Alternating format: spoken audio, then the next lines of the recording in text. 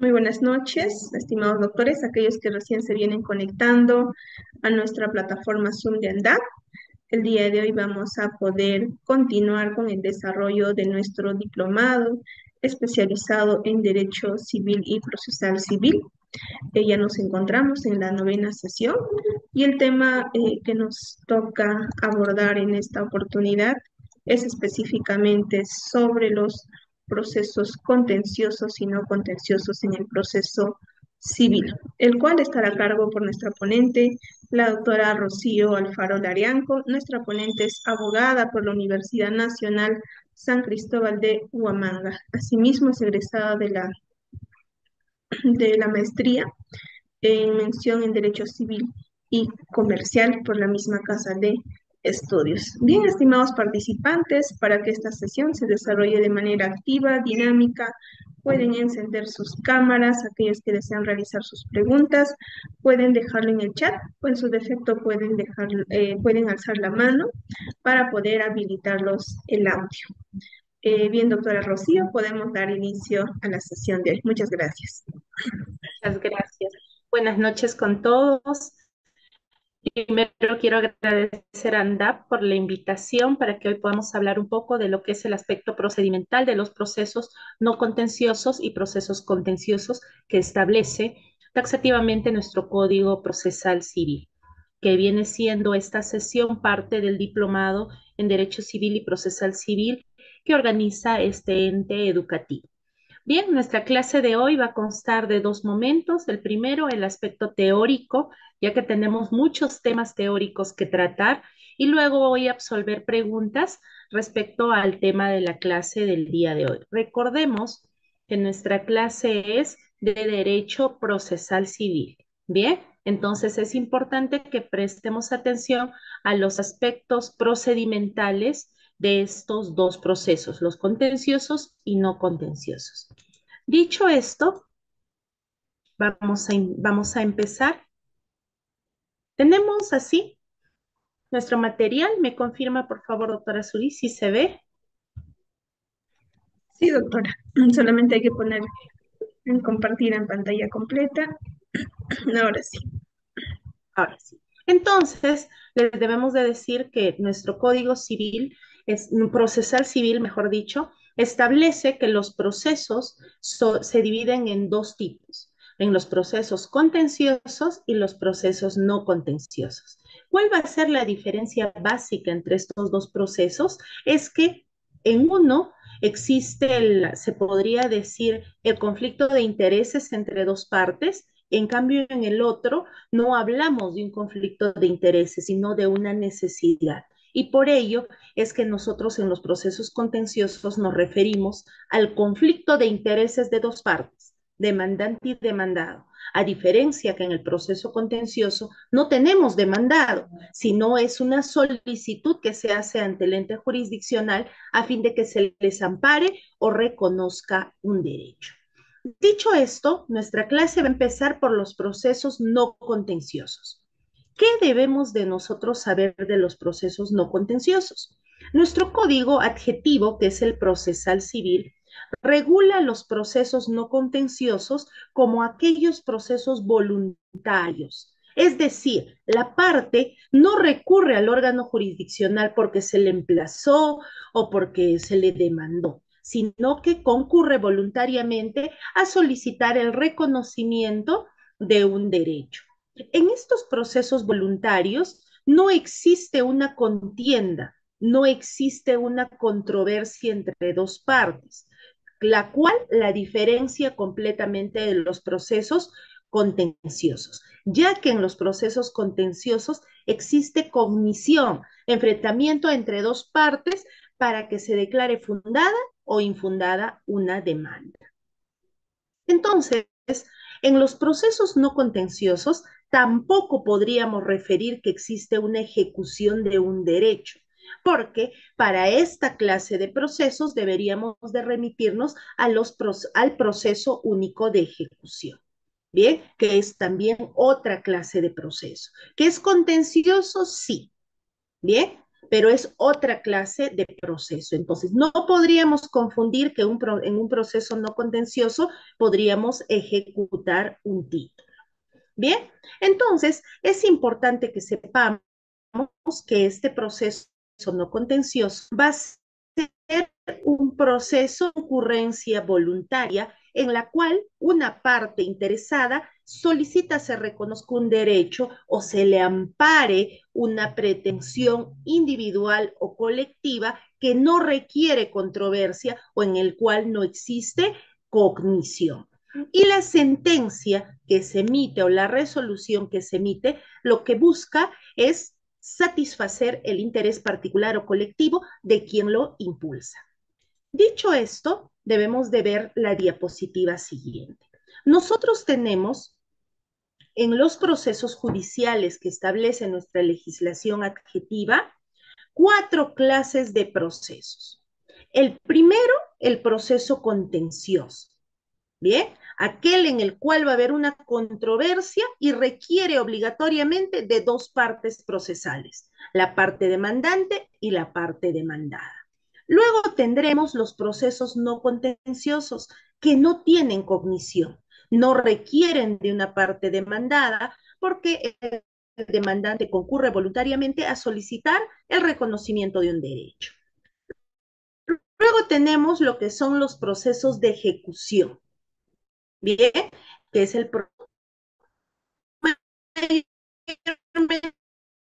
conocido como dinero. Es corto, breve. ¿Por qué? Porque también tiene una contienda entre 2 partes. El proceso de ejecución, bien, no tiene la estación probatoria como en los procesos contenciosos, sino por el contrario, al ser un proceso de ejecución, bien, de títulos valores, bien, y de otras resoluciones que tengan mérito ejecutivo, la carga de la prueba está contenida en estos títulos ejecutivos. Por lo tanto, no requiere estadio probatorio para poder instalar una audiencia con todas las etapas del proceso y por ello su actuación procesal es breve y determinada. Voy a señalar el proceso de ejecución de manera general porque básicamente no lo vamos a desarrollar en la clase del día de hoy. El proceso de ejecución únicamente para, se podría decir, estar sentenciado, requiere de 2 actos procesales. ¿Qué quiere decir esto?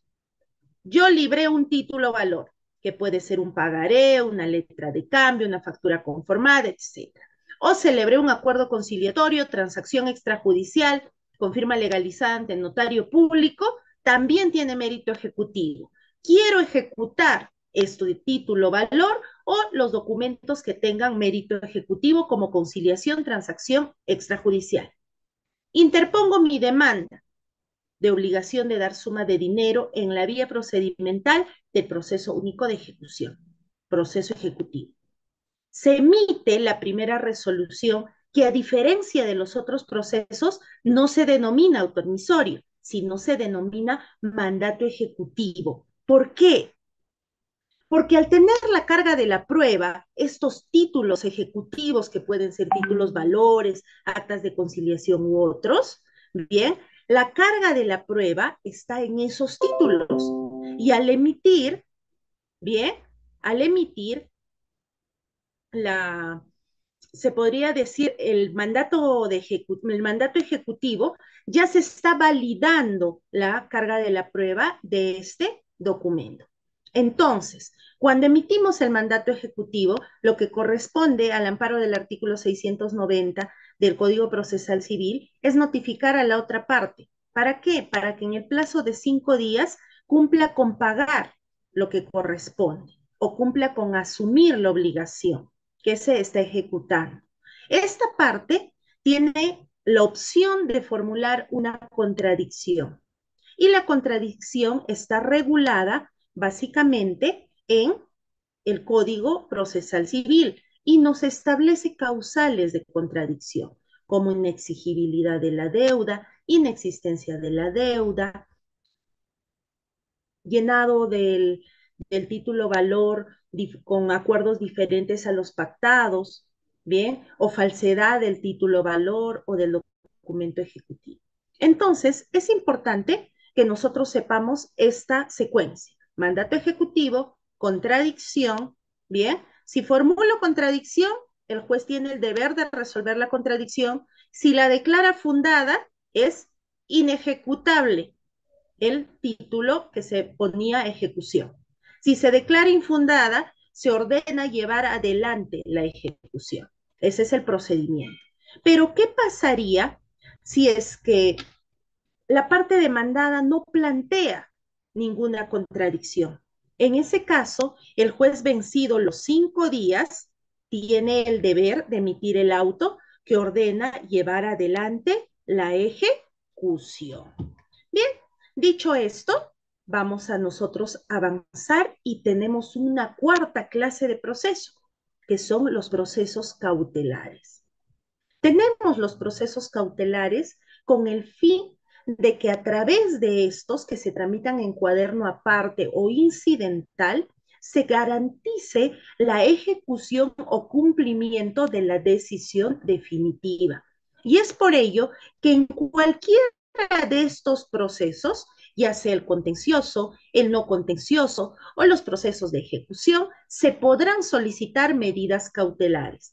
Medidas cautelares que pueden solicitarse antes del proceso o dentro del proceso. Y dependiendo qué clase de medida cautelar solicites, podemos tener medidas cautelares innovativas, que son que se designe o se señale qué se tiene que hacer a través de la medida cautelar, o tenemos medidas cautelares de no innovar, las llamadas medidas cautelares de statu quo, para que se mantenga el estado actual de la medida cautelar. Tenemos medidas cautelares de embargo en forma de inscripción, en forma de retención, en forma de secuestro, ¿no es verdad? Entonces tenemos figuras procesales que utilizar si nuestro objetivo es buscar se garantice las sentencias o resoluciones definitivas en estos procesos. Ahora bien, sabiendo que existen 4 clases de procesos, habíamos dicho primero que tenemos 2 tipos, los contenciosos y no contenciosos. En los contenciosos ingresan los de ejecución y también ingresan las cautelares, porque en los procesos cautelares se requieren 2 partes, quién solicita y contra quién se solicita. Bien, volvemos al primero de ellos, que es el proceso contencioso, que son los llamados procesos de cognición. ¿Por qué? Porque existe una controversia entre 2 o más partes. ¿Por qué? Porque puede haber una parte demandante con 1 o 2 demandantes, o puede haber una parte demandada con 1, 2, 3, 4 demandados. Existe controversia entre 2 partes. Y estos procesos de cognición, a su vez, se subdividen en 3 clases de proceso. En el proceso de conocimiento, que es un proceso completamente lato, bien, en el cual garantiza al 100% la actuación de cada etapa procedimental, y básicamente la etapa de actuación de medios probatorios es la cual la hace que se considere un proceso lato. Tenemos luego el proceso abreviado y finalmente el proceso sumarísimo. En cuestiones de tiempo, para ir más o menos dándoles la idea, el proceso de conocimiento es el proceso más amplio. El abreviado, el intermedio, y el sumarísimo, un proceso corto. Bien, ahora, me preguntan siempre, ¿y dónde queda el proceso único? Por ejemplo, cuando demando alimentos, me admiten la demanda como proceso único. Muy buena pregunta. El proceso único es un proceso símil al proceso sumarísimo, porque establece las mismas etapas, pero se le denominará proceso único cuando se demande alimentos para menores de edad. Así lo establece el Código de los Niños y Adolescentes. Entonces, no es que exista otra clase de proceso, sino que solo cambia su denominación cuando se involucran los intereses de menores de edad, pero en su estructura tiene exactamente la misma estructura y los mismos plazos que el proceso sumarísimo. Recordemos que nuestro Código Procesal Civil nos da lineamientos generales del proceso, pero que normas específicas van a regular casos tan particulares como, por ejemplo, el proceso de alimentos. Dicho esto, vamos a nosotros avanzar y debemos de saber qué es la incertidumbre jurídica. En el proceso judicial, la incertidumbre jurídica va a ser el problema que nos conlleva a iniciar un proceso judicial. ¿Por qué? Porque este problema nos va a generar una incertidumbre respecto al amparo o respeto o reconocimiento de mi derecho. En nuestro ordenamiento jurídico, la incertidumbre jurídica está relacionada como fin del proceso, está considerada, mejor dicho, como fin del proceso, porque el proceso va a buscar eliminar la incertidumbre jurídica. ¿Para qué? Para darle seguridad jurídica a las partes del proceso. Es así que nuestro artículo 3 del Código Procesal Civil en su título preliminar establece que el juez deberá atender a que la finalidad concreta del proceso es resolver el conflicto de intereses entre las partes, demandante, demandado, conflicto. El fin del proceso es resolverlo. Y de esta manera, eliminar la incertidumbre jurídica. Asimismo, eliminar este conflicto de intereses que los conlleva a solicitar la tutela jurisdiccional efectiva y de esta manera lograr la paz social en justicia. Dicho esto, debemos de saber que los procesos no contenciosos, ya lo habíamos dicho, son de jurisdicción voluntaria. ¿Por qué? Porque la parte va a ir al órgano jurisdiccional solicitando se le reconozca un derecho. Bien, en este proceso no contencioso no existe como tal un litigio entre partes, sino es un proceso meramente declarativo, se podría decir, como por ejemplo los procesos de sucesión intestada. ¿Se tramita en la vía procedimental no contenciosa? Sí. ¿Por qué? Porque no estamos yendo a discutir si es que soy heredero o no. No estoy yendo a reclamar una herencia, sino estoy solicitando ante el órgano jurisdiccional se reconozca mi derecho como heredero para recibir la herencia. En este proceso no vamos a discutir quién tiene mejor derecho como heredero. No. Un presupuesto para ser declarado heredero, como por ejemplo acreditar el entroncamiento. Y con el entroncamiento será suficiente para que tú seas considerado de sucesión intestada. Pero ¿qué ocurre en los procesos de sucesión intestada? Ustedes podrían decir, pero se emplaza a terceros. Sí, pero no se les emplaza con el fin de generar conflicto con ellos o con el fin de que uno sea vencedor y el otro vencido, sino para que se les reconozca también su derecho como herederos. ¿Y qué ocurre si ante la publicación de los edictos un tercero concurre al proceso? ¿Concurrirá para hacer controversia? ¿Concurrirá para decir declaren infundada la demanda o denme solo la razón a mí? No, concurre para ser declarado también como heredero, para que se le dé la condición como tal mediante el reconocimiento de su derecho. Bien, vamos avanzando y vamos a preguntarnos quiénes serán los sujetos del proceso no contencioso. En el proceso no contencioso ya dijimos que no existe una controversia, sino solo existe una incertidumbre jurídica de una, dos, tres personas quienes buscan se les reconozca sus derechos. Bien.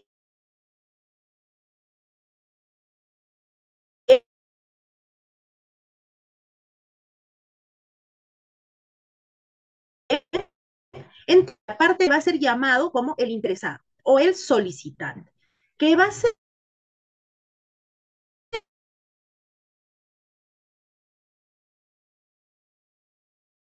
aquel que siempre está presente en los procesos contenciosos, sino dependerá de cada caso concreto, que son los emplazados. Aquellos terceros que también merecen ser incluidos dentro del reconocimiento del derecho de la persona que inicia este proceso.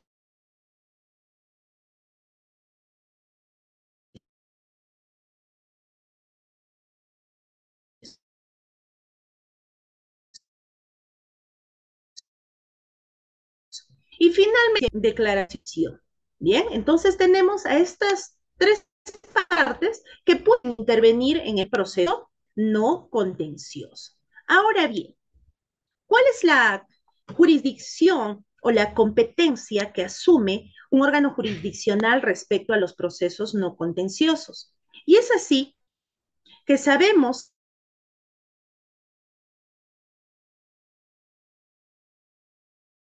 que la jurisdicción para administrar justicia. Entonces, la competencia es la potestad de administrar justicia en determinados casos concretos conforme lo establece nuestra ley. Tenemos nosotros, conforme lo establece el Código Procesal Civil, las reglas de la competencia, que se dividen en dos: las reglas de la competencia general y las reglas de la competencia facultativa, que establece cada caso concreto en los cuales se puede facultar a la parte demandante escoger dónde demandar. Pero en otros casos, al no estar taxativamente señalados en la competencia facultativa, deberán de regirse por la competencia, por las reglas generales de la competencia. Es así que nosotros tenemos, en lo que respecta al proceso no contencioso, primero la competencia territorial. Para hablar de la competencia territorial debemos remitirnos al artículo 23 del Código Procesal Civil, que establece que en los procesos no contenciosos es competente el juez del lugar del domicilio de la persona que promueve el proceso no contencioso o en cuyo interés se promueve, salvo disposición legal en contrario. Por ejemplo, si yo lo que quiero es la rectificación de mi partida de nacimiento, puedo demandar en la jurisdicción de mi domicilio. Pero ustedes se preguntarán, en el proceso de sucesión intestada, ¿podré demandar en la jurisdicción de mi domicilio? La respuesta es no, porque existe normativa específica para los procesos de sucesión intestada que señalan que se debe demandar en la jurisdicción del último domicilio del causante. Bien, entonces se dan cuenta que tenemos reglas generales y reglas específicas en cada proceso. Ahora bien, también en los procesos no contenciosos, que es la competencia, ¿por qué? Porque se puede demandar en el lugar del domicilio de la persona que lo promueve, como los he dicho, o en el lugar del domicilio de la persona cuyo interés se promueve. También tenemos lo que es la competencia territorial y está establecida en el artículo 837 del Código Procesal Civil, que señala que el proceso que se refiere el título cuarto del libro décimo del Código Civil se interpone ante la Sala Civil de turno de la Corte Superior en cuya competencia territorial tiene su domicilio la persona contra quien se pretende hacer valer. Entonces, tenemos la jurisdicción, esto nos habla del domicilio del demandado. Entonces, si nosotros vamos a hablar del domicilio de la persona contra quien interponemos una pretensión, hablamos de las reglas generales de la competencia en los procesos cognitivos. ¿Por qué? Porque el Código Procesal Civil nos dice que cuando demando a una persona natural, debo demandar en la jurisdicción de su domicilio. Si hablamos en los procesos no contenciosos, puedo demandar en la jurisdicción de la persona que inicia el proceso, salvo especificaciones particulares de la ley respecto a casos concretos, como en el caso de la sucesión intestada. Bien, avanzamos y vamos a ver qué competencia material tiene el proceso no contencioso. El artículo 750 del Código Procesal Civil nos habla de que son competentes para conocer el proceso no contencioso tanto los jueces civiles como los jueces de paz letrado, dependiendo de las causas que van a conocer. Bien, entonces tenemos esta competencia que se llama competencia por materia, que tenemos la competencia por materia de los juzgados civiles y la competencia por materia de los juzgados de paz letrado. Recordemos que cuando nos referimos a los juzgados civiles, también hacemos referencia a los juzgados mixtos, porque dependiendo de la jurisdicción en los diferentes distritos judiciales, no siempre existen órganos jurisdiccionales especializados como tal, sino existen juzgados mixtos. Entonces, si en esa jurisdicción no hay un juzgado especializado en lo civil, puede ser competente un juez mixto, dependiendo de cada caso concreto. También tenemos en los procesos no contenciosos a los juzgados laborales. Bien, ¿en qué casos? En los procesos de consignación o los procesos de autorización judicial para ingreso al centro de trabajo, bien, o la demanda de entrega de documentos. En estos casos es competente el juez de paz letrado en materia laboral. Así lo establece la ley procesal del trabajo. Luego también tenemos lo que es la competencia funcional, ya que de acuerdo a ello se va a determinar cuándo va a conocer un juzgado civil y cuándo un juzgado de paz letrado. La competencia de los juzgados de paz letrado en procesos no contenciosos para los procesos de inscripción de partida o para aquellos procesos que tengan una estimación patrimonial no mayor a las 50 unidades de referencia procesal. Los procesos de rectificación de partida pueden tramitarse en los juzgados de paz letrado o ante notario público. ¿Qué ocurre si en un proceso no contencioso la cuantía es mayor a las 50 unidades de referencia procesal? En esos casos lo tendrá que conocer el juez especializado en lo civil o jueces mixtos, dependiendo de la jurisdicción. Ahora bien, la competencia por cuantía, ¿cómo la vamos a determinar? Dijimos que hasta 50 unidades de referencia procesal el juzgado de paz letrado. ¿Y a cuánto equivalen 50 unidades de referencia procesal? Recordemos que para el año 2025, el Consejo Ejecutivo del Poder Judicial ha determinado que la unidad de referencia procesal es 535 soles. Entonces, 535 por 50 nos equivale a que el monto máximo para que pueda conocer un juzgado de paz letrado en procesos no contenciosos es de 26.750 soles. Y en caso se exceda este monto, será competente el juzgado especializado en lo civil o juzgado mixto, dependiendo de la jurisdicción.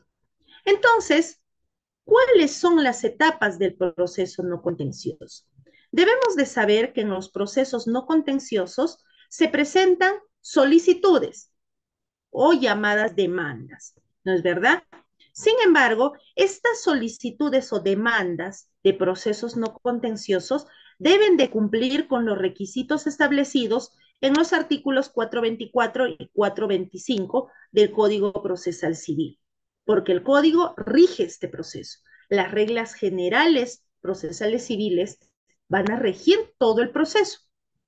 Entonces, el artículo 424 nos hará referencia a los requisitos que debe tener esta solicitud o demanda no contenciosa. ¿Y cuáles serán? Uno, permítanme.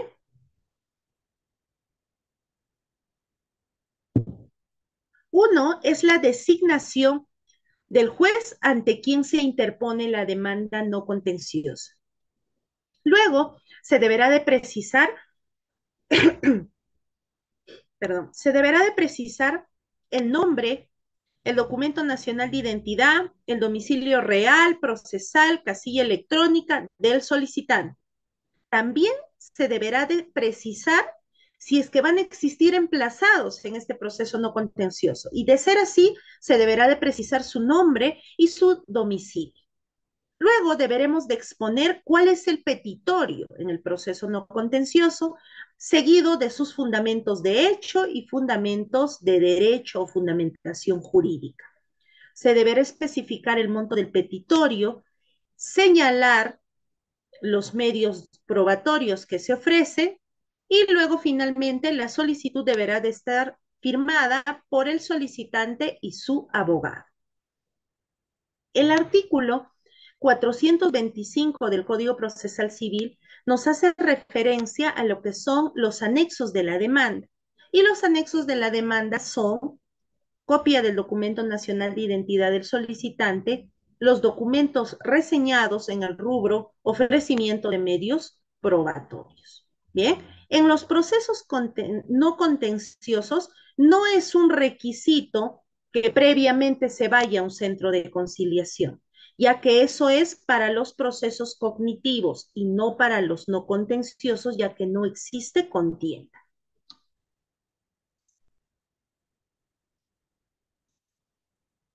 Avanzamos y debemos de saber que existe la figura de contradicción en los procesos no contenciosos, que es cuando un tercero quiere incorporarse al proceso o quiere recurrir a él.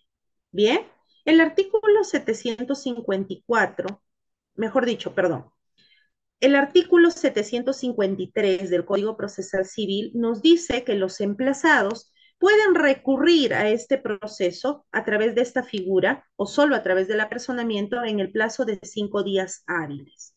¿Y cuáles serán los requisitos para formular la contradicción? Uno, observar los requisitos previstos en la solicitud, los datos del nombre, DNI, dirección, petitorio, qué es lo que yo pido. Otro, pronunciarme respecto a cada uno de los hechos expuestos en la demanda no contenciosa. Siguiente, reconocer o negar categóricamente la autenticidad de los documentos o la recepción de documentos que se han expuesto en la solicitud no contenciosa y exponer de forma ordenada los hechos en los cuales funda su contradicción. Podrá ofrecer medios probatorios y deberá de firmar su escrito juntamente con un letrado o abogado colegiado. Entonces, ¿qué ocurre cuando se admite a trámite un proceso no contencioso? Se hacen las publicaciones o los emplazamientos a terceros para que concurran al proceso, se cita a una audiencia de actuación y declaración judicial. En esta audiencia, bien, el juez iniciará la audiencia con la acreditación de las partes, si es que está el solicitante y terceros que deseen concurrir. Dará cuenta de la interposición o no de contradicción o cualquier otra eventualidad. Si no existiera contradicción, procederá con la siguiente etapa procesal, que es la admisión de medios probatorios. Posterior a ello, se actúan los medios probatorios, se escuchan los alegatos finales y se da por culminada la audiencia y el juez deberá de expedir la sentencia. ¿Qué ocurre cuando existe contradicción? Cuando existe contradicción, bien, se le concede a la persona que se ha opuesto, que ha presentado contradicción, 5 minutos para que oralice sus alegatos de contradicción. Luego se le corre traslado a la otra parte para que pueda absolverlos. El juez puede resolver la contradicción en la misma audiencia, pero en caso lo considere pertinente, puede suspender la emisión de su resolución por el plazo de 3 días. Bien, y luego se continúa con la secuela procesal, que es admitir los medios probatorios, actuarlos, alegato final y sentencia. Ahora bien, ¿qué ocurre con la resolución que resuelve la contradicción? Esta resolución puede ser emitida en la audiencia o fuera de esta. Podría ser declarada fundada o infundada la contradicción. Y esta resolución que resuelve la contradicción puede ser materia de apelación, puede ser recurrida. ¿Y con qué efecto se concederá la apelación? Con efecto suspensivo, en caso se declarase infundada la contradicción. ¿Bien? En caso se declare fundada la contradicción, el proceso quedará suspendido. Ahora bien, el proceso no contencioso culmina con una resolución final, ¿bien? Que puede ser la sentencia, ¿bien? En estos casos, la cual también puede ser recurrida y su apelación será concedida con efecto suspensivo. Ahora bien, ¿qué debemos de saber nosotros respecto al proceso no contencioso y sus improcedencias? ¿Qué no procede en los procesos no contenciosos? No procede la recusación al juez o al secretario del juzgado. ¿Bien? ¿Qué tampoco procede? No proceden excepciones ni defensas previas. Tampoco proceden cuestiones probatorias, cuyos medios de prueba no sean susceptibles de actuación inmediata. Quiere decir que si yo voy a presentar una tacha, bien, el medio probatorio que yo presento para su actuación debe ser de actuación inmediata en la audiencia. No se aceptan cuestiones probatorias que no tengan sustento de actuación inmediata. Tampoco se acepta en el proceso no contencioso la reconvención. Y es que sería ilógico aceptar una reconvención. ¿Por qué? Porque no existe controversia en el proceso no contencioso. Tampoco se admite el ofrecimiento de medios probatorios en segunda instancia. Tampoco se admite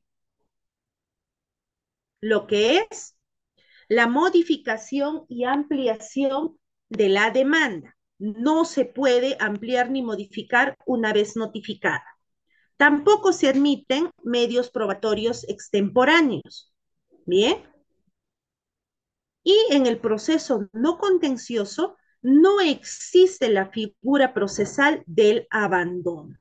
Bien, no existe. Entonces debemos siempre tener en cuenta estas improcedencias para no presentarlas en el proceso no contencioso. Ahora bien, ¿qué procesos, o mejor dicho, qué pretensiones se tramitan en el proceso no contencioso? Tenemos que en el proceso no contencioso se van a tramitar lo que es, uno, el inventario, dos, administración judicial de bienes, tres, adopción, cuatro, autorización para disponer de derechos de incapaces, cinco, declaración de desaparición, seis, declaración de ausencia o muerte presunta, siete, declaración de patrimonio familiar, ocho, ofrecimiento de pago y consignación, 9, comprobación de testamento. 10, inscripción y rectificación de partida. 11, la sucesión intestada. 12, reconocimiento de resoluciones judiciales y laudos expedidos en el extranjero. 13, las solicitudes que a pedido del interesado y por decisión del juez carezcan de contención. Y finalmente, la designación de apoyos para persona con discapacidad, que es la designación de apoyos y salvaguardas. Bien, dicho esto, vamos a pasar a lo que son los procesos contenciosos, que es un tema bastante amplio porque vamos a tocar tres subtemas: el proceso de conocimiento abreviado y sumarísimo. Dicho esto, vamos a pasar a los procesos contenciosos y vamos a empezar por el proceso de conocimiento. Vamos a ver esto. Bien, ¿qué tendríamos nosotros que decir del proceso de conocimiento? El proceso de conocimiento es un proceso declarativo, ¿bien? Que tiene como presupuesto material la constatación de una inseguridad o incertidumbre en relación a la existencia de un derecho material de un sujeto. Situación que genera un conflicto con un tercero o con otra persona y por ello se empieza a hablar de lo que es la contención, que quiere decir existe el conflicto. Bien, entonces nosotros cuando hablamos del proceso de conocimiento debemos de saber que existe primero una persona que tiene interés y legitimidad para obrar solicitando tutela jurisdiccional efectiva contra otra persona que va a ser el demandado. Porque a diferencia de los procesos no contenciosos en los cuales una persona solicitaba el reconocimiento de un derecho, bien, en los procesos contenciosos como en el de conocimiento, sí se demanda el reconocimiento de un derecho, pero en contra de un tercero. Por ejemplo, si tenemos el desalojo por ocupante precario, yo estoy solicitando me restituya posesión de mi bien, porque en ese caso yo soy el propietario. Bien, entonces no es que yo estoy yendo a decir reconózcanme mi derecho de propietario, sino que yo voy en el proceso de desalojo solicitando se ampare mi derecho, pero en contra de otro que está vulnerando mi derecho. ¿Se dan cuenta? Por ello es que nosotros hablamos de un conflicto de intereses de dos partes, que es el demandante y el demandado. Entonces, debemos de saber que en el proceso de conocimiento se entabla un proceso cuando existe una controversia jurídica relevante entre dos o más sujetos de derechos con miras a que un tercero imparcial, que es el juez, le dé la solución a este conflicto, declarando fundada o infundada la demanda. El proceso de conocimiento, como ya les había dicho, es el proceso de mayor duración de todos los procesos contenciosos en el Código Procesal Civil. Y se contempla dentro de nuestra norma adjetiva. Está orientado a un trámite de controversias en estadios procesales de gran complejidad. Por eso se habla que es un proceso lato. ¿Por qué? Porque sus plazos procesales son amplios, los cuales permiten a las partes incorporar, solicitar, alegar y hacer uso de las figuras jurídicas establecidas en nuestro código a fin de acumular en el proceso la mayor cantidad de medios de prueba, los que van a servir de sustento para amparar o desamparar una demanda. ¿Cuáles serán las reglas para fijar la vía procedimental en los procesos de conocimiento?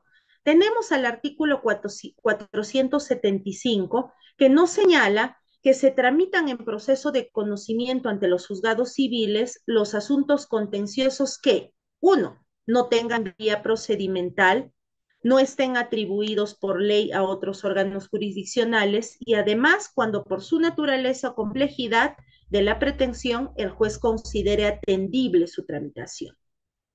¿Qué significa esto? ¿Qué significa este primer inciso de este artículo? Cuando hablamos de aquellos procesos que no tienen vía procedimental propia, ¿esto qué quiere decir? Que nuestra legislación no le prevé a ese caso una vía procedimental específica. Entonces, para estos casos, ¿qué se hace?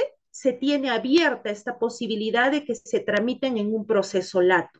Como por ejemplo, ¿qué ejemplo tendríamos nosotros en qué materia existe esta ambigüedad o vacío legal?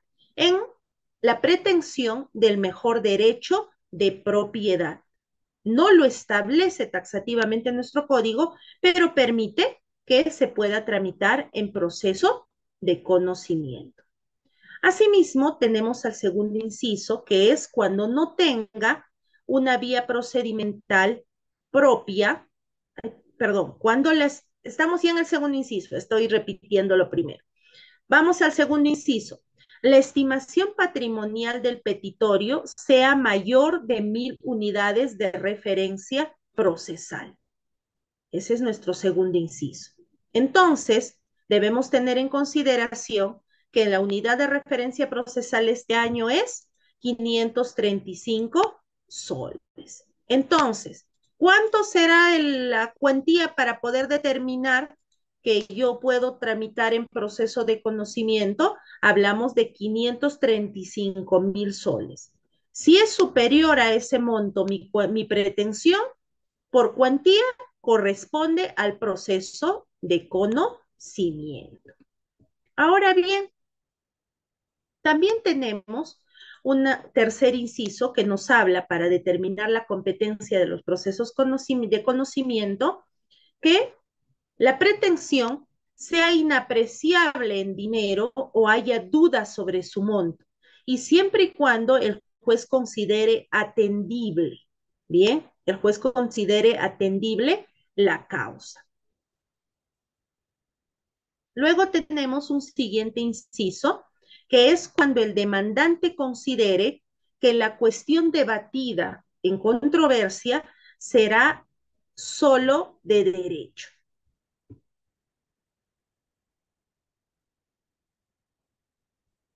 También tenemos las demás que señalase la ley.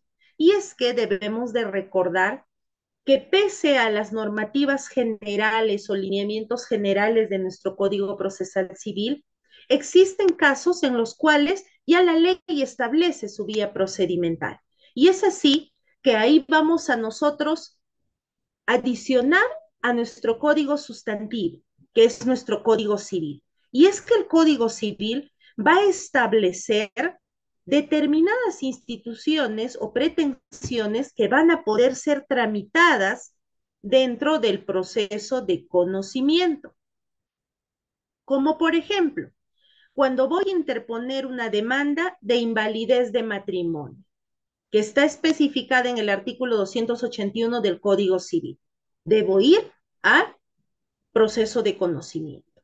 Asimismo, cuando voy a demandar la rendición y desaprobación de cuentas del tutor, que está establecido en el artículo 542 del Código Civil, debo ir al proceso de conocimiento. Cuando voy a demandar la petición de herencia, que está regulada en el artículo 664 del Código Civil, debo ir al proceso de conocimiento. Cuando voy a demandar la desaprobación de cuentas de un albacea, que está regulada en el artículo 794 del Código Civil, también deberé de ir al proceso de conocimiento. Si voy a demandar la nulidad de partición por pretensión de heredero, que está regulado en el artículo 865 del Código Civil, también deberé de ir al proceso de conocimiento. Entonces,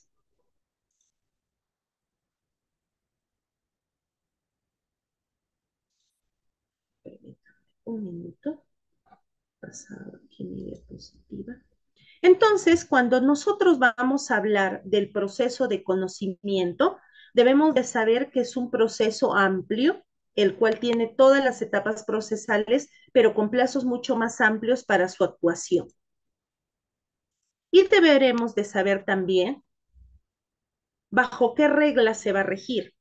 Y se va a regir bajo las reglas establecidas en el artículo 476 del Código Procesal Civil, que señala que el proceso de conocimiento se va a regir por lo señalado en la sección cuarta, bien, del Código Procesal Civil, sujetándose a los requisitos allí establecidos. ¿Y cuáles son las actividades que señala esta sección cuarta? Primero, hablamos de la demanda y emplazamiento. ¿Qué requisitos debe cumplir la demanda? Los mismos requisitos para todos los procesos contenciosos que están señalados en el artículo 424 y 425. Nos habla el título 2 de lo que es la contestación y reconvención, porque recordemos que en los procesos de conocimiento sí se puede reconvenir. Luego nos habla de las excepciones y defensas previas. ¿Cuál es su oportunidad para interponerlas? ¿Cuál es su oportunidad? Al momento de absolver la demanda. Nos habla de la figura de la rebeldía. ¿En qué casos se aplica? cuando el demandado no absuelve la demanda dentro del plazo de ley o cuando la absuelve de manera extemporánea. Luego nos habla el título quinto del saneamiento procesal, que es establecer una relación jurídica procesal válida entre las partes, entendiéndose el saneamiento como la puridad del proceso, porque quiere decir que este proceso está avanzando sin vicios. Y es el saneamiento una oportunidad importante para detectar cualquier vicio que podría existir en el proceso. Y a través del saneamiento confirmamos que la causa va avanzando correctamente. Luego tenemos a la audiencia conciliatoria y de fijación de puntos controvertidos y saneamiento probatorio. Y finalmente tenemos a la audiencia de pruebas o de repente a la audiencia de juzgamiento anticipado del proceso en el caso no se cite ya audiencia de pruebas, ¿bien? Sino que se proceda a prescindir de esta audiencia para dictar la sentencia.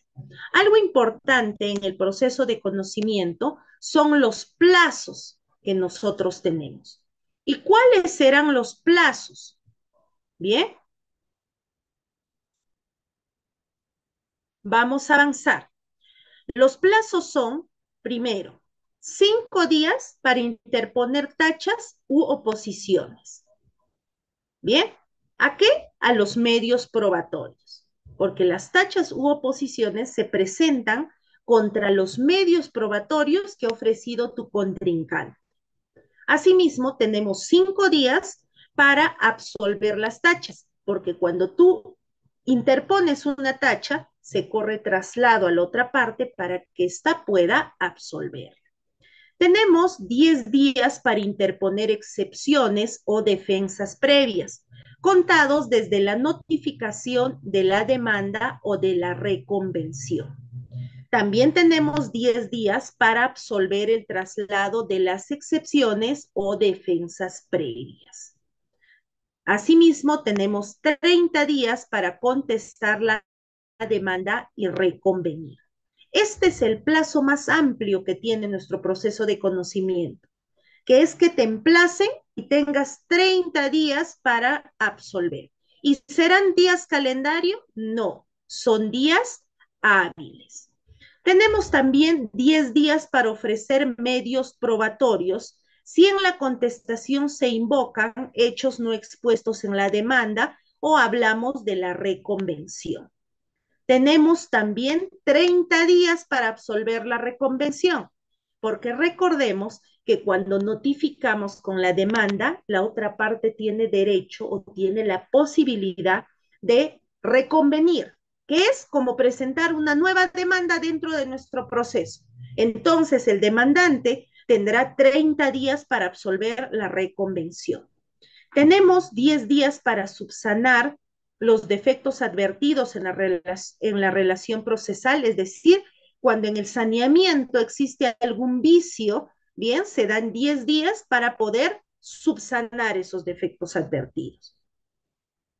Tenemos 50 días para realizar la audiencia de pruebas, bien. Tenemos 10 días contados desde la audiencia de pruebas para poder realizar audiencias especiales o complementarias si es que el caso así lo ameritaría. Y tenemos 50 días para expedir la sentencia conforme lo establece el artículo 211. Y se tiene finalmente, una vez emitida la sentencia, 10 días para apelarla. ¿Y con qué sentido o con qué efecto se concederá la apelación de sentencia en los procesos de conocimiento? Se concede con efecto suspensivo. Bien, entonces, una vez se da la sentencia en proceso de conocimiento, tienen 10 días para apelar y se concederá con efecto suspensivo. Acá les he traído un pequeño cuadrito que he encontrado respecto a lo que son los plazos y el flujograma que sigue este proceso.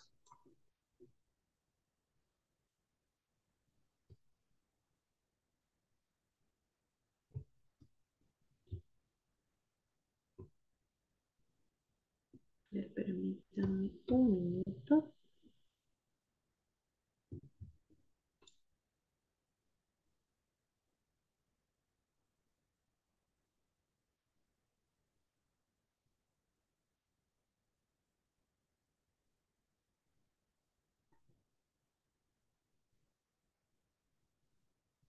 Bien, vamos a continuar con lo que es el proceso abreviado. Si teníamos al proceso de conocimiento como un proceso amplio y lato, bien, a ver, acá tenemos una pregunta. ¿El desalojo por ocupante precario es proceso sumarísimo? Por supuesto que es sumarísimo. Puse el ejemplo para que entendamos bien lo que es el proceso contencioso, en el cual existen dos partes.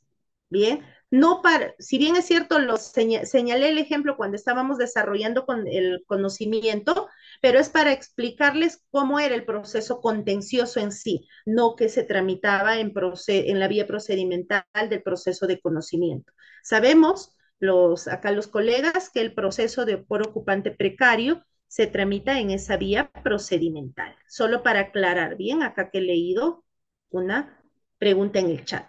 Vamos a avanzar a lo que es el proceso abreviado. Y es así que teníamos el proceso de conocimiento como un proceso lato que establecía determinadas condiciones para que se pueda fijar su competencia o su vía procedimental. Es así que ahora tenemos al siguiente proceso, que es más o menos, yo lo determino el proceso intermedio. ¿Por qué? Porque las causas que se van a analizar en el proceso abreviado no van a ser causas tan complejas que requieran un proceso extenso como el proceso de conocimiento, pero tampoco van a ser causas muy simples o urgentísimas como del proceso sumarísimo. Es así que las causas examinadas en el proceso abreviado van a requerir la realización de algunas pruebas, ¿bien? O van a requerir un poco más de tiempo para su consecución. Es decir, no tiene tanta complejidad ni tanta simplicidad, es un proceso intermedio. Bien, pero que sí requiere tener meridiano detenimiento y unos plazos prudentes para poder actuar las etapas procesales. Porque recordemos que si el proceso de conocimiento es completamente lato y amplio, el proceso sumarísimo ya también es un proceso completamente corto. Y en el intermedio tenemos al proceso abreviado. Entonces, ¿cuáles serán las reglas para fijar la vía procedimental? A diferencia del proceso abreviado, mejor dicho, del proceso de conocimiento, en el proceso abreviado, nuestra legislación, nuestro Código Procesal Civil, en su artículo 486, nos habla ya de instituciones procesales que se tramitan en esta vía procedimental. Y es así que tenemos, por ejemplo, lo que es el retracto. Bien, ¿y qué será el retracto? El retracto está establecido en el artículo 1592 del Código Civil y nos dice que el derecho de retracto es el que la ley le otorga a determinadas personas para subrogarse en el lugar del comprador y en todas las estipulaciones del contrato de compra-venta. Bien, nos habla específicamente de esta figura que se tramita en el proceso abreviado. Así también tenemos una segunda institución, que es la de título supletorio, prescripción adquisitiva y rectificación de áreas y linderos. ¿Qué es la prescripción adquisitiva? Está regulada en el artículo 590 del Código Civil y es que la propiedad de un inmueble se adquiere o se va a adquirir por prescripción mediante la posesión continua, pacífica y pública de esta persona durante 10 años. Bien, se puede adquirir la prescripción adquisitiva de buena fe a los 5 años cuando medie un justo título de buena fe. Entonces, como podemos ver, este artículo del Código Procesal Civil ya nos habla de pretensiones específicas que se tramitan en esta vía procedimental. Tenemos el retracto, título supletorio, prescripción adquisitiva, rectificación de áreas y linderos. ¿Qué más podremos tramitar en la vía procedimental del proceso abreviado? También lo que es la responsabilidad civil de los jueces. Bien, que está regulada en el artículo 509 del Código Procesal Civil. ¿Qué podemos demandar en proceso abreviado? La expropiación. ¿Y dónde está conceptualizada la expropiación? Está conceptualizada en el artículo 70 de nuestra Constitución Política del Perú, ya que señala que la propiedad es inviolable. El Estado garantiza el derecho a la propiedad de sus ciudadanos. Sin embargo, podrá solicitarse la expropiación cuando medien causa de necesidad pública, las cuales deberán de ser declaradas mediante ley, previo pago efectivo de la indemnización justipreciada que incluya compensación por el eventual perjuicio de la persona que se va a expropiar. Entonces, esta figura también se tramita en proceso abreviado. ¿Qué más tenemos en el proceso abreviado? Tenemos lo que es la tercería, ¿bien? Que es la llamada tercería de propiedad o tercería de derecho preferente. También, ¿qué podemos demandar en proceso abreviado? El artículo 148 de la Constitución Política nos señala que se puede demandar en proceso abreviado la impugnación de acto o resolución administrativa. Y también, finalmente, aquella pretensión cuyo petitorio tenga una estimación patrimonial mayor a 100 unidades de referencia procesal y menor o hasta 1000 unidades de referencia procesal. Aquí no es menor, discúlpenme, es mayor a 100 hasta 1000 unidades de referencia procesal. Y también podrán tramitarse en proceso abreviado aquellas pretensiones que no tengan una vía procedimental propia, sean inapreciables en dinero o tengamos duda respecto al monto, o que por su naturaleza el juez considere atendible la utilización de esta vía procedimental. Ahora, cuando el último inciso de este artículo habla de los demás que señala la ley, siempre debemos nosotros tener en cuenta que esta ventana que abre la posibilidad a nuevas figuras o nuevas instituciones del derecho está relacionada a las leyes especiales o a las normas especiales, como por ejemplo la impugnación judicial de acuerdos de asociación se pueden tramitar en la vía abreviada, también la disolución de asociaciones, la presentación de cuentas y balances de las fundaciones o la disolución de una fundación. Se pueden tramitar en lo que es la vía procedimental correspondiente a el proceso abreviado. Avanzamos en nuestra diapositiva y vamos a ver cuándo son competentes los jueces civiles o los jueces de paz letrada. Bien, para ver los procesos abreviados pueden hacerlo los jueces de paz letrado y los jueces civiles. Pero ¿cuándo lo ven los jueces de paz letrado?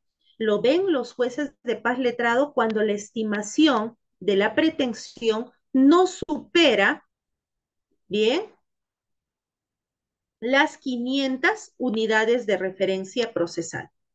Nuestro código en el artículo 488 nos dice que cuando la pretensión es mayor a 100 y hasta 500 unidades de referencia procesal, lo ven los jueces de paz letrada.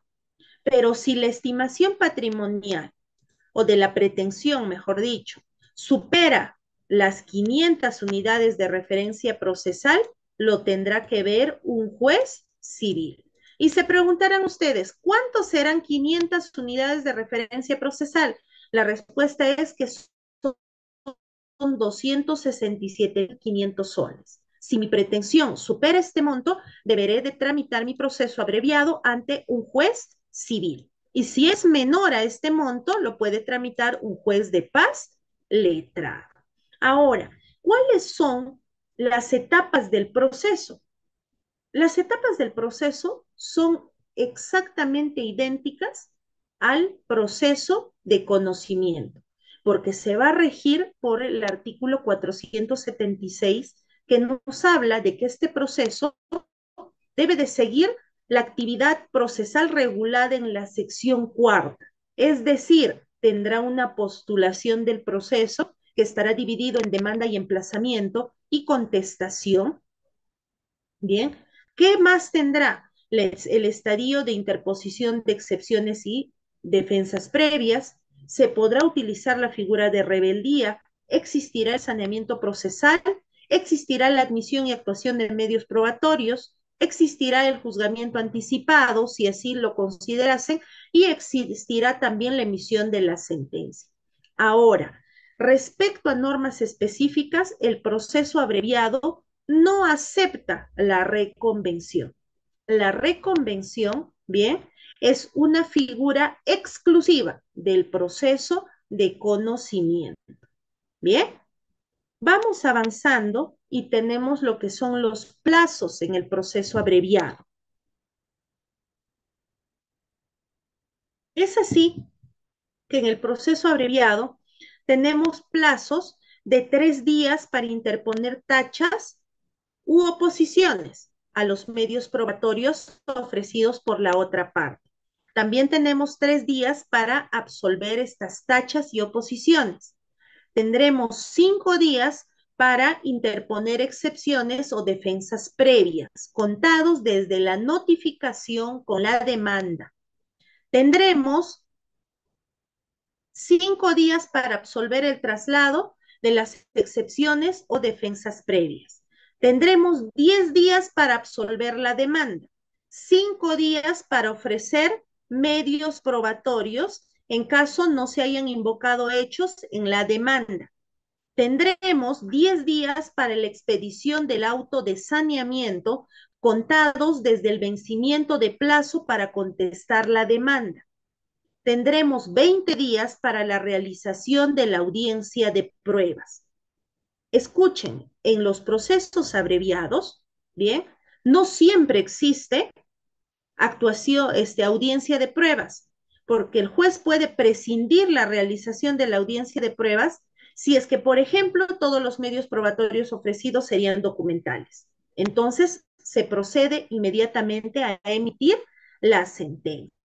Ahora, si es que hubiese una audiencia de pruebas, contadas desde su realización, el juez tiene el plazo de 25 días para expedir la sentencia. Y la sentencia en los procesos abreviados puede ser apelada en el plazo de 5 días. Y el efecto con el cual se concede es con efecto suspensivo. Bien, y acá tenemos el flujograma del proceso abreviado. Finalmente, vamos a hablar de lo que es el proceso sumarísimo.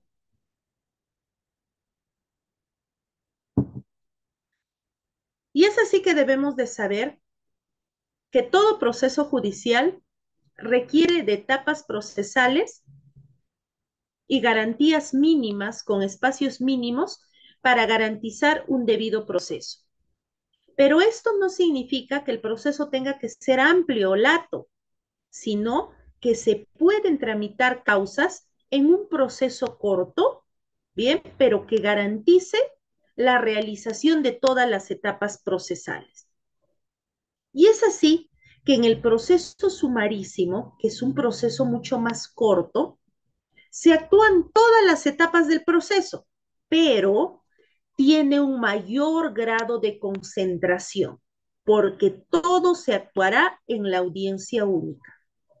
A diferencia del proceso de conocimiento y abreviado, en el cual teníamos una audiencia de saneamiento, teníamos una audiencia de pruebas o una audiencia complementaria, en el proceso sumarísimo tenemos una sola audiencia, que dependiendo la complejidad del caso pueda disgregarse en 2 o 3 sesiones, pero la mayor cantidad de casos se resuelve en una sola audiencia, que es la audiencia única. Entonces, ¿cuáles van a ser las reglas para establecer esta vía procedimental sumarísima? El artículo 546 del Código Procesal Civil nos establece que se tramitarán en proceso sumarísimo, uno, la prestación de alimentos. Se preguntarán ahí ustedes, ¿pero cómo es esto? Si al inicio de la clase nos hablaron del proceso único que nos llevaba al Código del Niño y Adolescente. Pues es cierto. Miren ustedes, el Código de los Niños y Adolescentes, como su mismo nombre lo dice, se aplica para los niños y adolescentes. Pero, ¿qué ocurriese si yo tuviese un mayor de edad que quiere demandar alimentos? O tuviese a una cónyuge que quiere demandar alimentos? O a una abuela que quiera demandar alimentos a su nieto. En esos casos, la vía procedimental, cuando hablamos de mayores de edad, tendrá que ser en la vía procedimental del proceso sumarísimo. Y por ello hablamos nosotros de esta primera institución, que es la de los alimentos. Segundo, también se tramitarán en los procesos sumarísimos los procesos de separación convencional y divorcio ulterior, así como la interdicción, el desalojo, aquí está el desalojo que me hacían la pregunta, está estipulado en el artículo 546, también se demandarán los interdictos de retener, recobrar en proceso sumarísimo y aquellos que no tengan una vía procedimental propia o sean inapreciables en dinero o haya dudas sobre su monto. Y en el aspecto cuantitativo, bien, se puede tramitar en la vía sumarísima aquella pretensión que no sea mayor a 100 unidades de referencia procesal. Y es así que esos son los procesos que se pueden tramitar en la vía sumarísima. Alimentos, separación convencional, interdicción, desalojo. El desalojo se puede demandar en sus diferentes modalidades. Desalojo por vencimiento de contrato, desalojo por falta de pago, desalojo derivado de contrato con cláusula de allanamiento futuro, ¿bien? Desalojo por ocupante precario. Tenemos también la figura de los interdictos. ¿Qué es un interdicto? ¿Qué es una demanda de interdicto? Tengo el interdicto de recobrar o retener cuando sienta que mi posesión o mis derechos reales estén siendo perturbados o despojados. Cuando hablamos nosotros de las unidades de referencia procesal, nuestra ley nos habla de que podré tramitar en el proceso sumarísimo aquellas causas que no sean mayor a 100 unidades de referencia procesal. ¿Y cuánto es 100 unidades de referencia procesal en la actualidad? Son 53.500 soles. Hasta ese monto, por la cuantía, puedo tramitar procesos en la vía sumarísima. Ahora, ¿cuál es la competencia para estos procesos? Debemos de saber que en el Código Procesal Civil la competencia se divide en dos, en la competencia de los juzgados de paz letrado y en la competencia de los juzgados civiles. Cuando nosotros hablamos de la competencia de los juzgados especializados, debemos recordar que en los juzgados especializados se incluyen a los juzgados de familia. Y es así que este artículo, el que hemos hablado aquí, el 546, nos habla de instituciones propias del derecho de familia. Y es así que cuando nosotros hablamos de los incisos 2 y 3 del artículo 546, nos tenemos que remitir a las siguientes figuras: a la separación convencional y divorcio ulterior. ¿Eso es competencia de quién? Del juzgado de familia. Si hablamos nosotros de la interdicción, también es competencia del juzgado de familia. ¿Bajo qué sentido? Bajo la competencia por materia. Bien, entonces, separación convencional, divorcio ulterior y la interdicción son competencia del juzgado de familia. Así como nos establece que el inciso 1 relacionado a la pretensión alimentaria o proceso de alimentos será tramitado ante los juzgados de paz letrado. Ahora, en el caso del inciso 4 del desalojo, el artículo 547 nos señala que cuando la renta mensual sea mayor a 50 unidades de referencia procesal o no exista cuantía, lo conocerá un juez civil. Pero cuando la cuantía sea hasta las 50 unidades de referencia procesal, lo verá el juzgado de paz letrado. ¿Y cuántos son 50 unidades de referencia procesal? 26.750 soles.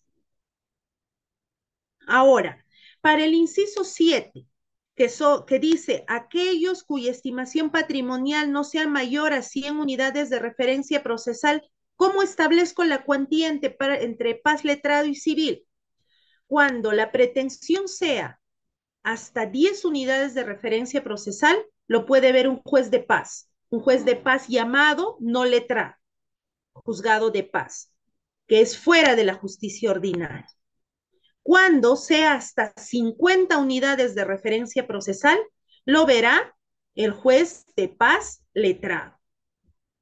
Y si es que supera, lo verá el juez civil.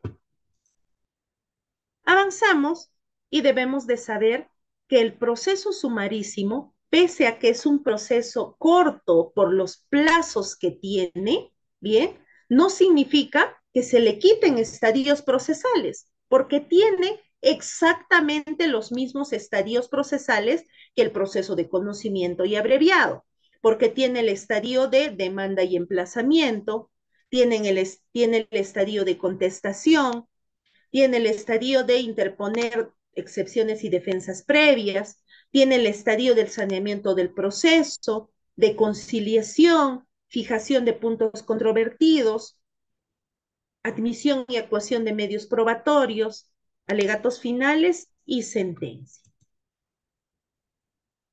Ahora bien,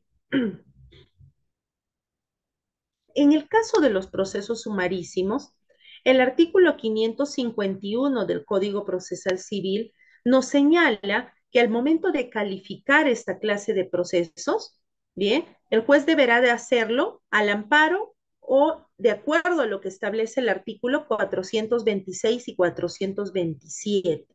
Bien, si encontrase un defecto, un vicio subsanable para poder continuar con la secuela procesal, podrá declarar inadmisible la demanda y concederle al demandante 3 días para que la subsane. Bien, pero si es que existiese un vicio de fondo, como falta de legitimidad para obra de la parte u otro requisito que establece el caso concreto, podrá declarar improcedente la demanda. Ahora bien,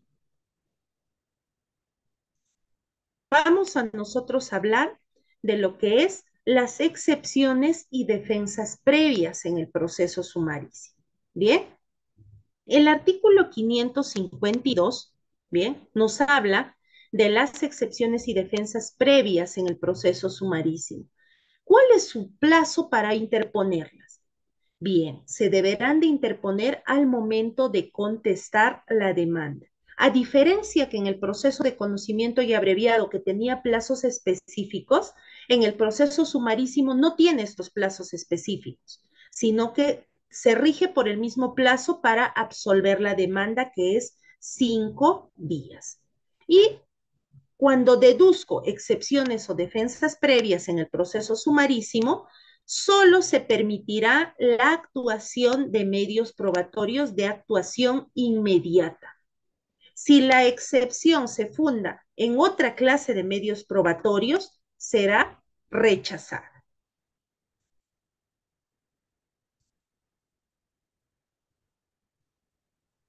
Vamos a hablar ahora de las cuestiones probatorias en el proceso sumarísimo. Las tachas u oposiciones, bien, ¿podrán ser interpuestas en el proceso sumarísimo? Sí, pero siempre y cuando sean fundadas o respaldadas por medios probatorios de actuación inmediata.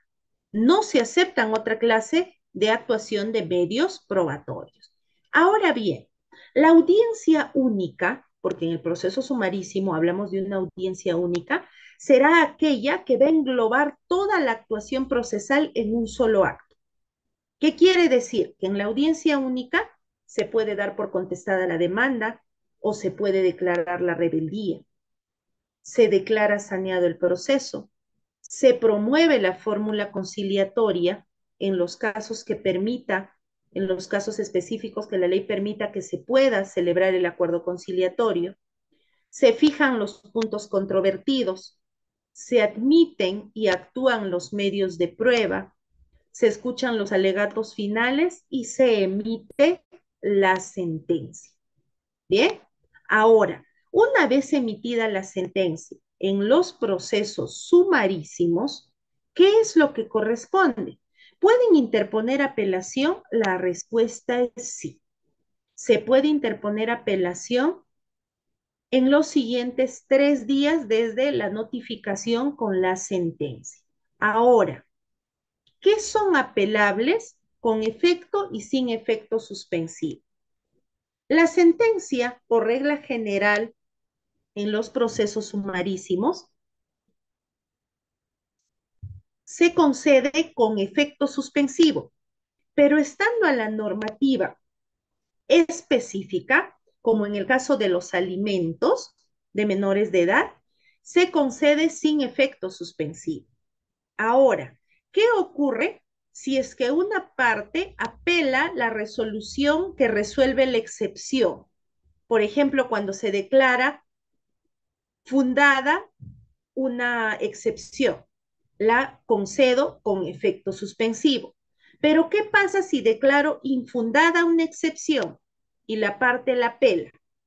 En ese caso, se concede sin efecto suspensivo diferida. ¿Qué significa esta figura? Podrá resolverse la apelación juntamente con la apelación de la sentencia o una vez emitida la sentencia. Esta figura de la apelación sin efectos suspensivo y con calidad de institución propia del proceso sumarísimo. ¿Por qué? Porque por su naturaleza corta, el proceso sumarísimo no puede entramparse con apelaciones. Es decir, se emite un acto, se apela, no es que va a irse todo el cuaderno y luego va a volver o el sin efecto suspensivo y el expediente está a la espera. No. Lo que se procura es un trámite procesal a fin de llegar a la sentencia. Y si es que hubiese en el trámite procesal apelaciones contra autos, bien, como resolución de excepciones o defensas previas, o resoluciones que impugnan la resolución de tachas, o cuestionamiento de medios probatorios serán concedidas sin efecto suspensivo y con calidad de diferida a fin de que sean resueltas en segunda instancia juntamente con el pronunciamiento que de fondo que es la sentencia. Ahora bien, en el proceso sumarísimo es importante que señalemos que no se puede aplicar la reconvención ni los informes sobre los hechos. El artículo 559 nos señala que no se pueden aplicar estas instituciones a este proceso que es corto, pero que garantiza toda la sede del mismo. A manera de conclusión, es importante que nosotros sepamos que estos procesos contenciosos, que son básicamente tres, el conocimiento abreviado y sumarísimo, no es que se salten estadios procesales, no es que tengan una diferencia sustancial en su tramitación. La diferencia específica radica en sus plazos, porque de los plazos va a depender la secuela procesal. Es así que por los plazos, el proceso de conocimiento es lato, amplio. El proceso abreviado meridianamente amplio porque permite por sus plazos que las partes puedan incorporar al proceso medios de prueba y ejercer de esta manera su defensa. a diferencia del proceso sumarísimo que busca garantizar un proceso ágil. ¿Por qué? Porque en su estructura está plazos cortos y permite que se llegue a la resolución de fondo en poco tiempo. Bien, dicho esto, quedo atenta a las preguntas sobre nuestra clase del día de hoy. Tengo aquí una pregunta de Nancy que dice, doctora, ¿se derogó la interdicción civil? Pues bien, yo tengo aquí mi código actualizado, bien, y tenemos a la interdicción como inciso 3 del artículo 546. Bien, no me aparece derogado. Avanzamos y pasamos a las preguntas a mano alzada. Si tuviese algún estudiante o colega alguna pregunta, Elvis, te escucho.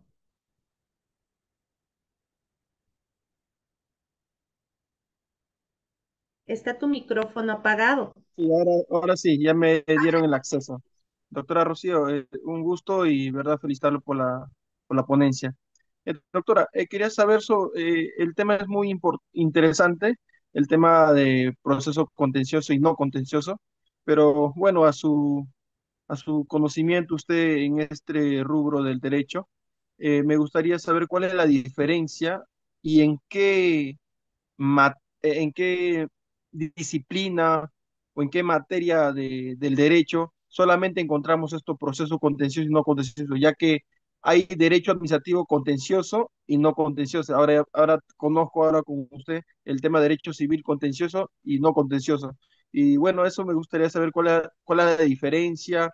Y bueno, he entendido las etapas, ¿no? Pero en administrativo, ¿cuáles son las diferencias? Solamente eso. Muchas gracias. Aquí estamos hablando de lo que es el proceso contencioso y no contencioso según el Código Procesal Civil. Bien, ahora que existen otras ramas del derecho con normativa específica, como el derecho administrativo, el derecho comercial, el derecho laboral, ellos se rigen en base a su normativa específica. Acá nosotros estamos hablando específicamente del procesal civil. Porque, por ejemplo, si nosotros hablamos del derecho laboral, existe en el proceso, la vía procedimental no contenciosa en el proceso laboral. De igual manera, el código o la ley que rige el proceso contencioso administrativo debe de establecer vías procedimentales para su tramitación. Pero nuestra clase del día de hoy se centra básicamente en los procesos contenciosos y no contenciosos del procesal civil. A falta de una regulación específica en una rama del derecho particular, se puede aplicar supletoriamente, pero solamente a falta, porque la mayoría de ramas, como por ejemplo el contencioso administrativo, tiene su propia reglamentación. El derecho laboral tiene su propia reglamentación. El derecho constitucional igual. ¿No es verdad? Entonces, cada rama del derecho tiene su reglamentación específica. Aquí estamos hablando de los preceptos generales. Ahora, es importante que nosotros sepamos y siempre que vamos a utilizar nuestro código procesal civil, siempre busquemos si es que existe una ventana para una normativa específica, como por ejemplo los alimentos. Y con ello voy a explicarles claramente.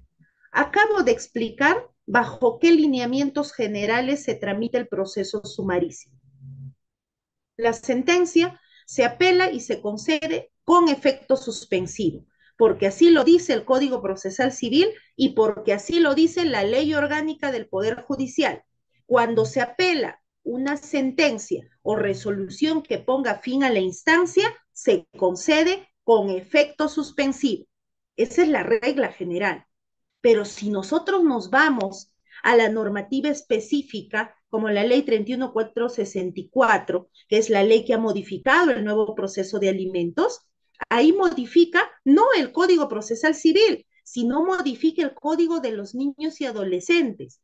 ¿Esto qué quiere decir? Que los alimentos de menores de edad se van a regir por esta normativa específica particular. Entonces, en estos casos, la apelación de sentencia ya no se concede con efecto suspensivo, sino se concede sin efecto suspensivo. ¿Por qué? Porque así lo dice la norma especial. Eso es la diferencia, que es la clase del día de hoy ha tratado básicamente de los lineamientos generales del proceso civil, que dentro del proceso civil existen, o dentro de la materia civil existe el derecho laboral, contencioso administrativo y otros. Recordemos que tienen su propia normativa específica, bien, o norma especial para su tramitación. Seguimos con la siguiente pregunta, por favor. Doctora, ¿cómo está? Buenas noches. Buenas noches. Doctora, usted tocó el tema de la prescripción. Quiero plantear un ejemplo, a ver si me lo puede absolver. Juan y Marta se casan en el año 2000 y, bueno, Juan adquiere una propiedad, los dos. Y Juan se va, abandona el hogar en el 2005, 5 años después. Se va y más o menos Marta, después de que Juan se fue, pasan 20 años más, pero no se divorcian. Mi pregunta es, ¿Marta puede prescribir la propiedad? Bien, vuelvo a repetirles, nuestra clase es netamente teórica. Tendríamos que nosotros analizar básicamente la institución de la prescripción adquisitiva de dominio. Bien, y para ello tendríamos que analizar los presupuestos que concurren en esta institución jurídica. Nuestra clase del día de hoy no es respecto a la prescripción adquisitiva, bien, sino es de aspectos procedimentales del Código Procesal Civil. Ahora, lo hemos señalado de manera genérica. Para la prescripción adquisitiva de dominio, se tiene que cumplir el presupuesto de estar en la posesión libre y pacífica del bien por más de 10 años. Bien, si es que no medie un título, pero si es que mediase un título, bien, o algún documento que acredite la posesión, este plazo puede reducirse a 5 años. Bien, ahora, me imagino que en las siguientes sesiones van a tratar estas instituciones particulares en las cuales hay que disgregar cuáles son los presupuestos y cuáles son los puntos controvertidos a analizar en un proceso de prescripción adquisitiva de dominio. Bien, ¿por qué? Porque siempre debemos de, y esta tu pregunta va a servir para que yo pueda indicarles algo. Cuando nosotros vamos a analizar una institución o vamos a hablar de un proceso en particular, siempre tenemos que apuntar a los puntos controvertidos. ¿Por qué? Porque los puntos controvertidos van a ser aquellos puntos sobre los cuales el juez va a resolver la controversia. Y siempre estos puntos controvertidos van a estar relacionados con el aspecto de fondo del petitorio. Pasamos a la siguiente pregunta, por favor.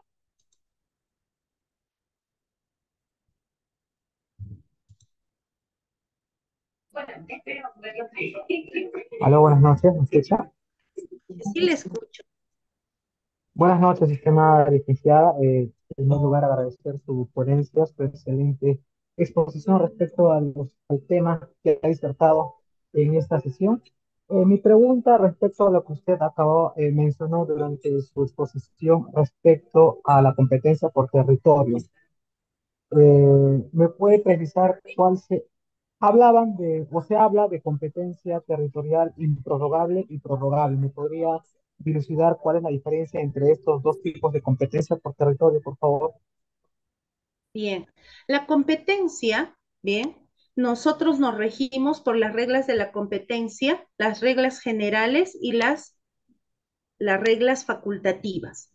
Ahora, ¿cuándo existe la competencia territorial prorrogable?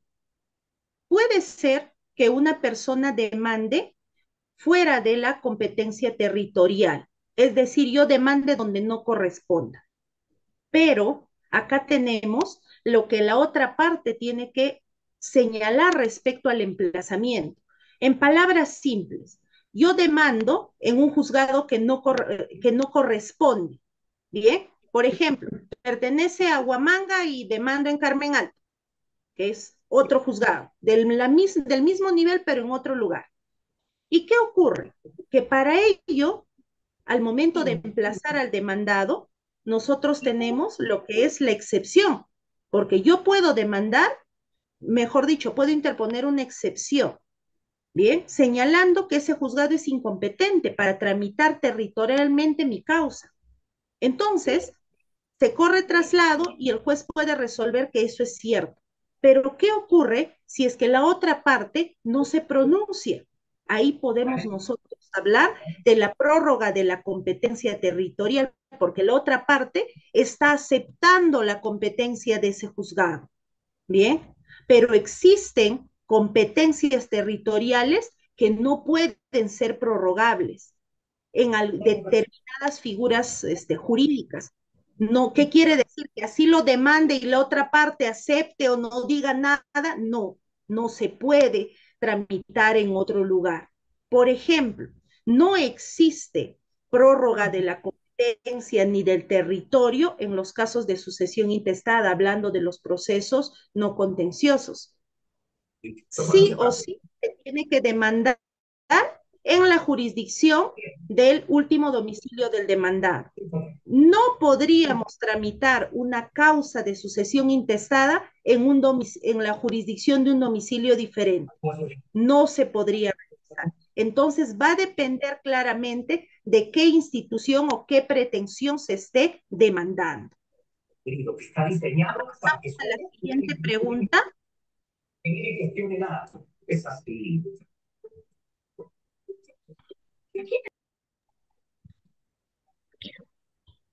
En el chat, doctora, a ver, vamos a verificar, porque en acá ya no. Verificar el chat.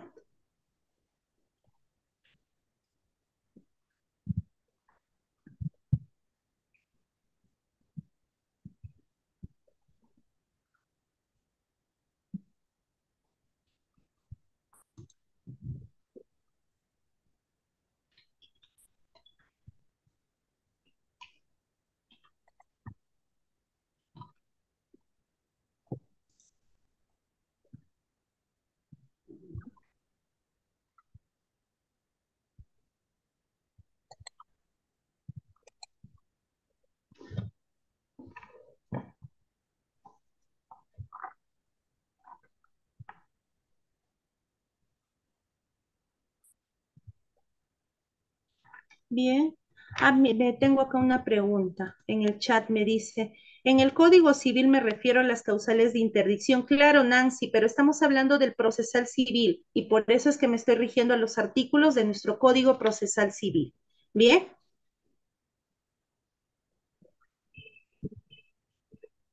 ¿Qué más tenemos aquí? Bien, tenemos una pregunta de Miguel que dice, por favor, bríndenos las diferencias entre excepciones y tachas. Bien, es una buena pregunta.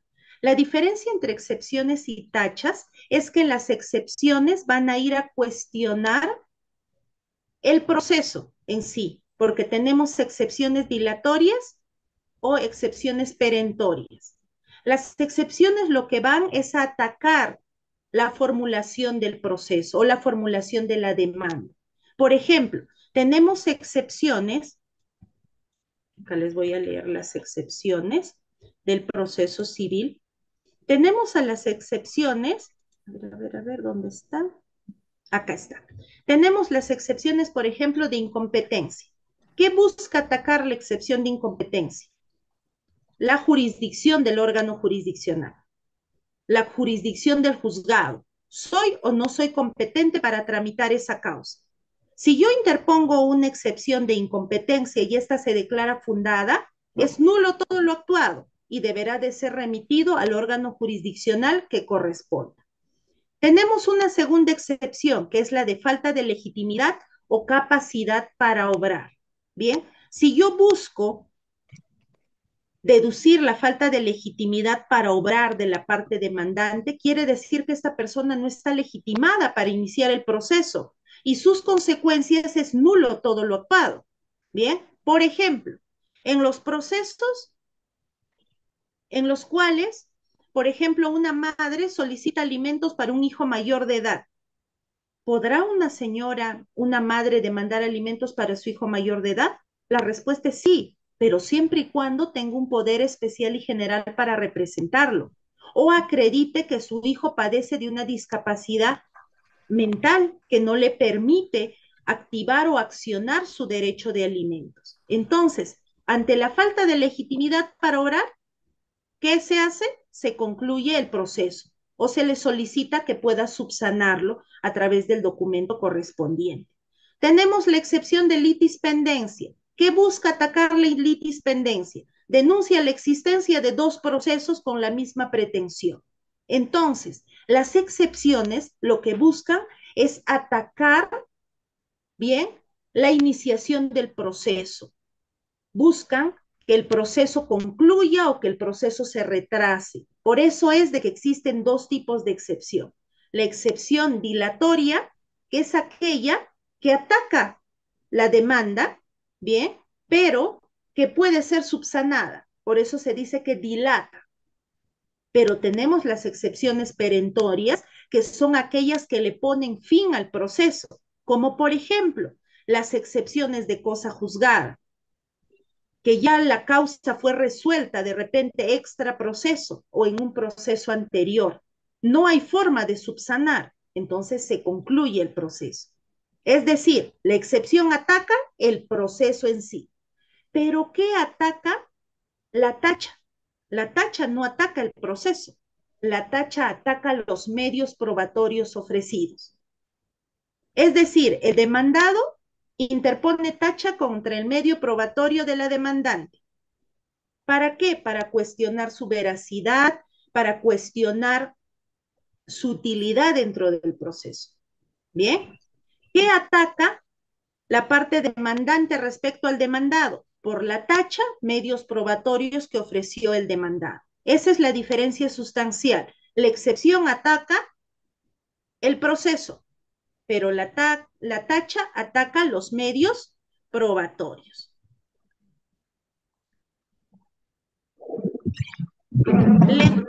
Como pregunta, ¿puedo demandar virtualmente? Bien, existen procesos que por ahora creo que solo es el alimentos, que tiene demanda web,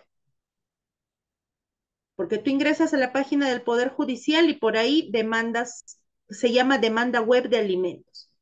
Bien, porque ingresas tus datos, cargas tus medios de prueba e ingresa la demanda. Ahora, ¿puedes demandar virtualmente si te refieres a la interposición de la demanda? La respuesta es sí, porque ya la mayoría de cortes tienen lo que son la mesa de partes electrónica. Bien, en todos los lugares donde hay SIJ, que es el Sistema Integrado Judicial, existe la mesa de partes electrónica, pero aún existen órganos jurisdiccionales que por su geografía no cuentan con SIJ. En esos juzgados, la presentación de las demandas es de manera física, pero en los juzgados en los cuales haya Sistema Integrado Judicial, que es el SIJ, sí puedes presentar tu demanda vía web o de manera virtual. Bien, ¿tendremos alguna pregunta más, ya habiendo absuelto todas las preguntas del chat?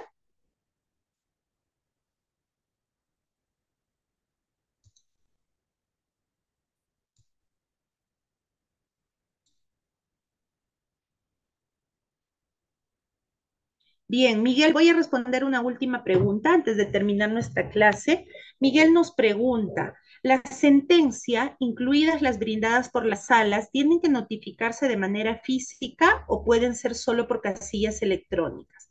Bien, la Ley Orgánica del Poder Judicial establece que las resoluciones que ponen fin a la instancia se tienen que notificar tanto al domicilio real como a las casillas electrónicas. Bien. Entonces, el hecho que se notifique a la casilla electrónica no priva que se pueda notificar al domicilio real de las partes. También se tiene como criterio que se pueda notificar a sus domicilios procesales, en el caso la parte se haya apersonado al proceso.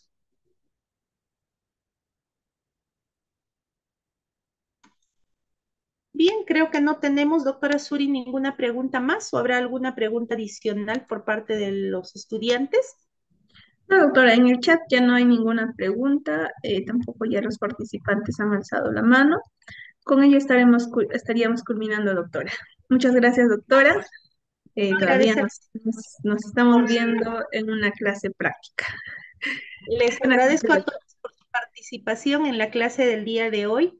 Recordemos siempre que el Código Procesal Civil nos da los lineamientos generales, pero es importante siempre nosotros buscar aterrizar en la norma específica de la institución que tú vas a aplicar en tu demanda. Eso es lo más importante.